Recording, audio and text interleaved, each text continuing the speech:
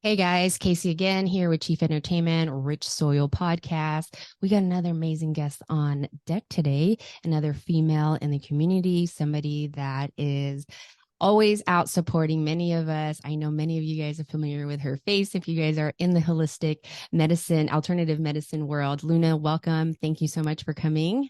Happy Hi. Saturday. It looks like we're going to be cheering off to something off here. I got Papa Select's garlic mince live rosin. I just picked this up last night and I just pulled it from the fridge, so it's really nice. Same. I just pulled my Mendocino Heritage Hash Co. White Thorn Rose made by Kyle and Bell up in Mendo. That white horn, Unbelievable. that This is the fucking white winner. horn. Yes, This is the Emerald Cup winner last year, and I picked it up again at Emerald Cup this year. very nice. Yeah, Oh, I'm judging I again was this year. I'm so thinking, excited. yes. Are Ooh, you on flour? Back on flour or cartridges. cartridges? Okay, I'm back on Which pre. is which is not easy to judge, but considering I've been selling them since for almost 10 years, it kind of makes sense that I'm doing it. But it is not an easy one. We have to test 130 cartridges in like 3 months. Ooh, yeah. I would say you have to be kind of a vet on cartridges. It's not everybody's cup of tea, and I think they all hit a little bit different. So that's very interesting. Tell us a little bit about yourself. I know you've been in the community for a really long time. It looks like cannabis has been part of your life for 30 years now. It's about the same for myself. It started in high school recreationally, and as an adult now and a mom, I can say that it's kept me in a really positive mindset, kept me motivated, really kept me out of a victim mentality, even though my life wasn't, a very happy life. But cannabis has been my go-to. I did bodybuilding with it. And so I know for me, it was my go-to recreationally and medicinally now as a woman. How about you? It's interesting that dynamic and that concept is actually pretty new to me because when I was young, it was just everywhere. People were smoking it, growing it, selling it. And it wasn't, I grew up in the East Bay, like all of the, like a little harder drugs and alcohol, I wasn't really exposed to as soon as I was to cannabis. So it was never really a drug to me. By the time I got to college and went to UC Santa Cruz and realized that, oh, like I joined Normal and SSDP, Students for Sensible Drug Policy. And I went, oh, all the things I've been doing to be creative as a post workout, to get me in the mood to be romantic, to help me get through an anxiety attack, to help me focus on a paper, that it wasn't recreational. I was actually using it medicinally and didn't really know it or didn't have language for it. So for me, it was always just something that like made me feel good and brought me more creativity and space in my body and in my mind. And it was so ubiquitous that I never really thought of cannabis as its own thing. It was just something that was like in my medicine cabinet along with like the Robitussin and a shot of whiskey or whatever else was happening. And so, having that language and learning about the drug war, learning about women in prison and women being mules and how cannabis was being used to target communities of color, I was like, wait a second, this thing that I love, that I've taken for granted, is actually like a pivotal point that draws in all the things I care about as a credentialed teacher. It's education. As a prison abolitionist and organizer, it's activism and social justice. As a plant medicine person who has been healed and has helped other people heal, as a decriminalization measure to actually free plant medicine as a whole in the spiritual realm of that, I'm like, wait a second, this is perfect for me.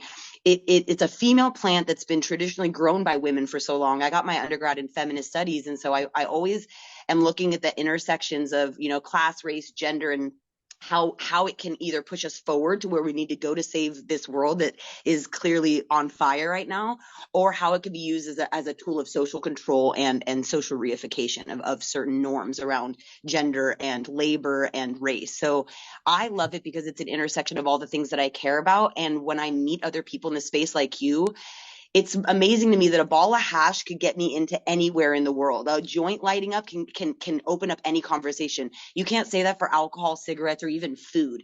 An old Asian man with a young black person sharing a joint, that though I've seen that happen outside of a club, someone lights something up and you have people speaking different languages, different ages, different genders, different political beliefs. But there's something special about this plant that's the great equalizer. It's the universal connector. We all have an endocannabinoid system, even our animals. So I want to use that as an inroad to be like, we are all the same. We bleed the same color. We have the same endocannabinoid system.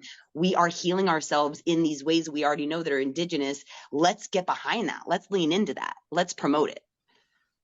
And that's one thing I've noticed. You're really leaning into psychedelics, really going out and speaking for that. And I believe a lot of people in the cannabis industry are tapping into that. So when you talk about the different countries looking at alternative medicine, I think that's super important that we have people like you who take the time to, I'm sure, take the time to look up different studies, do your own R&D, and be able to be somebody that speaks very well for our community as a woman and an advocate for cannabis.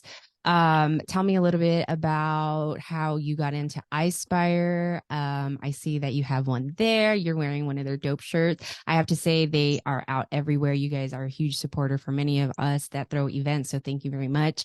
And you particularly, Luna, are always most of our contacts. So here in SoCal, a lot of us appreciate you and, you know, just being organic and supporting us ladies doing our things is huge in today's market. So we appreciate that. Absolutely. Yeah. I'm really grateful that Ispire found me. I've been really lucky in cannabis. Everyone that I've worked for has found me. I started working in the health food edible space with vegan edibles, and then got pulled into vapes, and then helped start Jetty Extracts and learned that the shelter project that we did that gave free medicine to cancer patients was a way that I could actually be in the space and not just feel like I'm a capitalist business person, but that I'm using conscious capital to actually liberate the causes that I care about, like working with veterans and ill people. And then I started my own marketing firm, and during COVID, Ispire reached out and said, hey, we need someone that knows vapes and that knows cannabis industry, because we're a Chinese company. We started in on the e-cig side. We were the first to market with the vertical coil vape pen that everyone knows. In around early 2010s, C-Cell came out with a version that started being used. Anyone who used a vape pen in like 2012 to 17 was pretty much, it was based on Ispire's patent or Aspire's patent. So when we moved out to LA and started our own cannabis company and actually registered as a Delaware company separate, Ispire Technologies is registered separate from Aspire for a lot of reasons. You know, there's the legal reasons, but there's also the energetic reasons of everyone in California cannabis, Jetty Extracts included. You're on WeChat. They're 15 hours ahead of you. You're on WeChat all night with people who speak a different language, who don't have customer service, cultural competency around how Americans work and our entitlement and our impatience and stuff like that. They're like, oh, we'll get it next time. And so we learned to be a liaison to help manage a lot of the headaches so that people could have time with their families and not be worried during Chinese New Year, that they had an American team on American time that really understood what moving from the trap underground market into like the overground market meant for cash flow.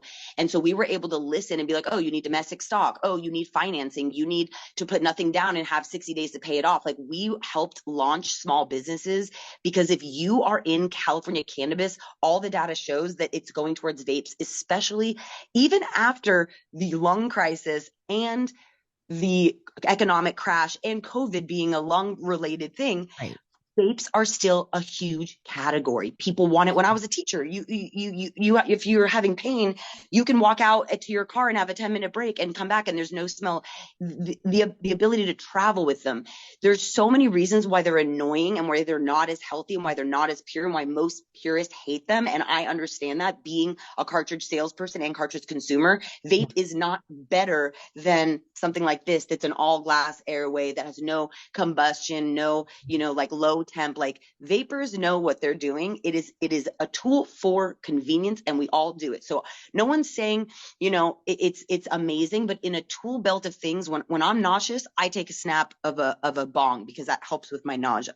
If I'm about to have an anxiety attack or need to go to bed, I take a dab. If I'm traveling, I want to have my cart. So we just wanted to honor, we're not trying to say it's the best, but we just want to say this is being used and sold at higher rates than any other category other than flower.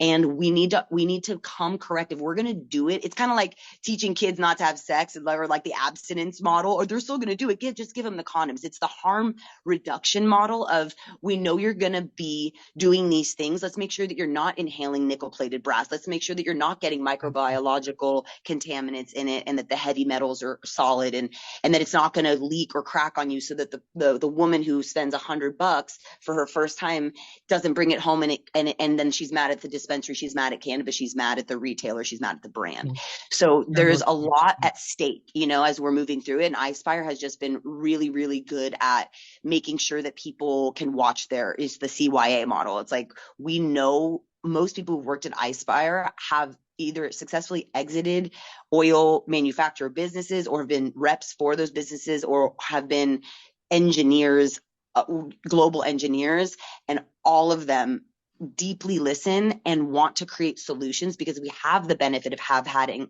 had large financial backing, that we can show up with amazing designers to help people out with their brands, that we can help finance and float them. It's like kind of composting something like money that's come from elsewhere, and putting it back into our community in a really radical way that feels kind of like Robin Hood, but like it's so righteous, and we've seen it help our community grow. And there's nothing more satisfying than that, especially at a time in cannabis when no one's really doing well. To be able to be a part of people's success stories, I cannot imagine a better role for me at this time than this. I could work anywhere. I could be doing anything. I'm every day I choose with joy to help small oil manufacturers not go under, because honestly, if you find a fire oil cart, that's to me one of the best ways to consume. If you can, like, I have all of my cartridges from being a judge. Like, because I have 100 cartridges. It takes me a year to go. I have 30 that are untouched. They're all the winners. So I get to sit there and like think about Joe from Gold Drop and Fig Farms, and look back at the Kiwi strains. And like it helps encapsulate, like, this can only last so long, in a jar. And like, first of all, it's so good, we're probably dabbing too much of it too. Like, you're consuming more at a time when you're dabbing, but there's something special and time capsule about a cartridge that will really last almost forever, in ways that bud and other things won't. It's like making a tincture. Expiration dates? Not a big. They do, for a few different reasons. One, if there were microbiological contaminants that didn't come up in the testing of the oil, that maybe over time and heat or exposure to air could grow. There's that. None of these things will really kill you in and of themselves, but the terpenes in this are a solvent. So any added terpenes or natural terpenes, depending on what the chimney and the internals are made of in the cartridge, it can start breaking down some of those metals. And if they have heavy metals in them, those can be released and can be inhaled if they've been on the shelf for like several years. And like I said, it has to be kind of warm and exposed to sunlight. All of those things cause degradation. But I mean, I vape cartridges that are 4 or 5 years old, and they look beautiful. They burn nice. Like, if it was good CBD oil, I only do it for like the special ones, like the special blends, like a strain that's no longer on the market, or a CBD blend. I'll hold on to them, stuff that I got from Jetty probably 3-4 years ago, and they're in excellent condition. Am I maybe putting myself at risk? Maybe, but for one cartridge, it's these heavy metals and these things that happen. They really happen over time with habitual use. If you're vaping something like that 9-10 times a day for 9-10 years, you'll see the effects. But it's more about, I mean, you could sit on the corner and watch a bus go by you, and the exhaust from that is probably equal to what you've inhaled off of a vape. So we need to be having conversations about all things that are toxic in our environments when we're talking about cannabis, because she gets way over scrutinized. Like, our organic standard for cannabis is way higher than for food. Like, the organic blueberries are what was spiking Kiva's hash. It wasn't the hash, it was spiking the chocolate because of the organic blueberry. So you can feed your children something that's more unhealthy in the organic Whole Foods aisle than you can with this, which is nice, but it's a little unfair, and it's harming us in some ways. So I want to make people aware of it, but I also don't want to make it such a big deal, because it's like, dude, we've been cooking over fire since the beginning of time. We've been breathing in carbon, and cannabis hopefully helps our cells more than harms it. That's my belief. Yeah, I agree with you. I love that. Okay, so we want to talk a little bit about maybe what you guys target in the community. I know you yourself, you're a big supporter of plant medicine, alternative medicine. You travel all different places. That's got to be quite the experience. But Primarily for Ispire and yourself, what would you say is like your primary service to our community as far as what people need to know about your story, why you're passionate about it? I know you are doing a lot of work on drugs on war, and just your impact overall as far as educating has been really huge in the past 2 years, I'd say. Thank you so much. Yeah, it's funny. I just got back from Brazil. We did Irmandade Gaia. It was this woman, Tabitha Nader. She had us at her Oh, farm. She's a cool. nonprofit medicine woman. And I'm just looking at these because I'm sitting at my desk, and Polita Pepper, like there's 12 different countries represented. We had Polita there. We had Duchess, famous Hashishin, and Oh, really just yes. like trying to get together what matters to us. This is Tabitha. She runs an NGO that legally provides cannabis to medical pharmacies down there. So this is Alice. She's also a Brazilian activist and runs a cannabis company called Wuxos Winery up here in NorCal that just won for Emerald Cup too. So trying to get women from around the world to come together and say what we do and don't accept in the industry. We're still working on what it means, but it's basically a thought leadership group and a work think tank to try to create something that makes sense for the Mother Earth and the mother within us. We've been doing work with veterans for a really long time. Every month we have a different cause, and we work with a different social equity group. Donating to the Social Impact Center, and doing things like for our holiday giveaway, we'll give gifts to our clients in lieu of like, we'll send them a wand or something, and then we'll also say we've made a donation for you in your name to this charity. We have the Pollinator Project. So one of our dabs is a yellow honey comb themed beautiful dab rig that donates to the Pollinator Project, which encourages conservation of bees and wild space and education around why bees are so essential to our existence on this planet. So that's just a few of the things that we do. Really, honestly, in a lot of ways, my role as the chief impact officer is people come to me with initiatives and campaigns, and I just honor it however I can.